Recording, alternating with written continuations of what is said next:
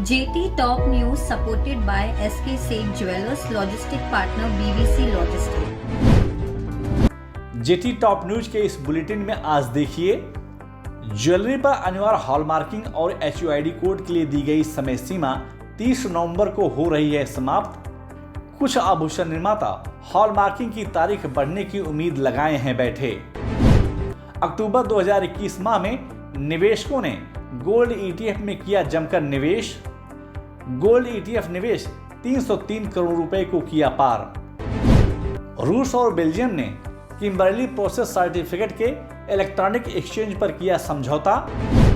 अंतर्राष्ट्रीय बाजार में सोने के दाम में बढ़त का दौर जारी। $1863 प्रति औंस के आसपास रहा सोना। और मुंबई शेयर बाजार में मामूली बढ़त, हरे रंग के साथ बंद हुआ सेंसेक्स और निफ्टी। आप देख रहे हैं जेटी टॉप न्यूज। पेश है ज्वेलरी इंडस्ट्री की अपडेट खबरें।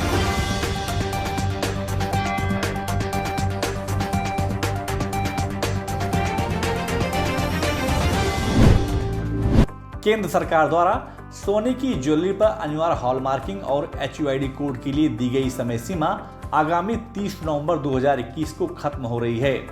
यानी 1 दिसंबर 2021 से देश में सोने के आभूषण पर अनिवार्य हॉलमार्किंग पूर्ण रूप से लागू हो जाएगी।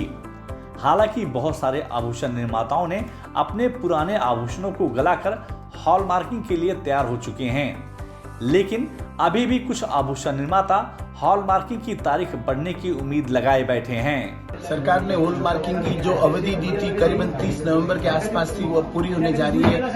कुछ लोग तैयार भी हैं, बहुत सारे ज्यादा लोग तैयार नहीं हैं। उसका मुख्यतः कारण ये बना हुआ है कि पूरे हिंदुस्तान में करीबन 55,000 ज्वेलर्स हैं और 550 टन सोना जो है अब तक हॉलमार्किंग के लिए बाकी रहा है। तो ये थोड़ा मुश्किल काम था, लेकिन सरकार ने लंबी अवधि की थी और भी हम लोग कोशिश कर रहे हैं कि मैक्सिमम से मैक्सिमम माल हम उसको हॉलमार्किंग कराने की कोशिश में, लेकिन अब हॉलमार्किंग सेंटर भी कम है, तो भी वो भी एक चालू है कि नहीं किसी तरह से पूरा माल हॉलमार्किंग किया जाए और इसके साथ साथ HUID किया जाए। लेकिन हमारी कोशिश जरूर डेफिनेटली रहेगी कि सरकार ने जो अवधि दी है 30 तारीख तक, वहां तक हम पूरा करने की कोशिश करेंगे और नहीं तो सरकार से फिर दरख्वास्त करेंगे कि उसके टाइम को थोड़ा एक्सटेंड किया जाए, ताकि हम पूरा जो हमारी ज्वेलरी है हॉलमार्किंग हो जाए और सरकार और आम पब्लिक को उसका पूरा फायदा हो। अक्टूबर 2021 में गोल्ड एक्सचेंज ट्रेडेड फंड यानी ETF में अच्छा निवेश देखने को मिला है।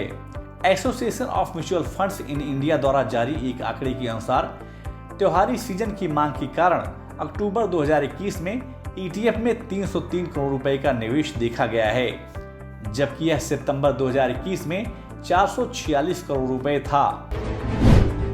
GeM and jewellery export promotion council ने भारत के ज्वेलरी इंडस्ट्री की पॉलिसी में बदलाव का समर्थन किया है। GJEPC ने केंद्र सरकार की स्ट्रक्चर पॉलिसी रिफॉर्म को लेकर आगामी दिसंबर माह में दिल्ली में एक India gold and jewellery summit का आयोजन करने जा रही है, जिसमें स्ट्रक्चरल पॉलिसी रिफॉर्म को लेकर विचार विमर्श किया जाएगा। रूस और बेल्जियम ने किम्बर्ली प्रोसेस सर्टिफिकेट के इलेक्ट्रॉनिक एक्सचेंज पर एक समझौता किया है। इस समझौते के तहत दोनों देश के व्यापार भागीदारों के बीच आयात और निर्यात के आंकड़े की इलेक्ट्रॉनिक एक्सचेंज की अनुमति देकर हीरे के उत्पाद के कारोबार में और तेजी लाई जा सकती है। गौरतलब है कि वर्ष 2020 में बेल्जियम को रूस ने करीब 51% डायमंड का निर्यात किया था और इस नए समझौते से रूस और बेल्जियम के आयात निर्यात काफी सरल हो जाएंगे। कारोबारी सप्ताह के पहले दिन यानी सोमवार को अंतर्राष्ट्रीय बाजार में गोल्ड स्पॉट की कीमत में काफी सुधार देखने को मिला। दिन भर की ट्रेडिंग के दरमियान गोल्ड स्पॉट की कीमत में करीब $2 प्रति औंस से अधिक की बढ़त देखने को मिली। पूरे दिन भर के कारोबार के बीच गोल्ड स्पॉट की कीमत $1863 प्रति औंस के ऊपर कारोबार करता देखा गया। बाजार विशेषज्ञों के अनुसार आने वाले दिनों में सोने और चांदी के दाम में बढ़त देखी जा सकती है।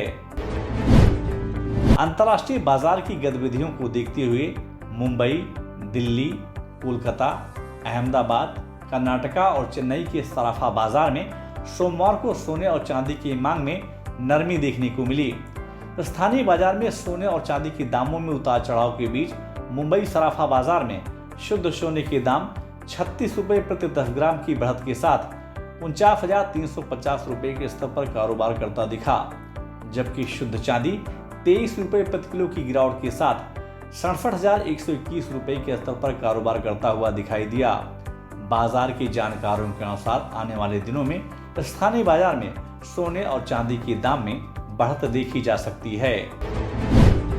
कारोबारी सप्ताह के पहले दिन यानी सोमवार को मुंबई शेयर बाजार की शुरुआत गिरावट से हुई।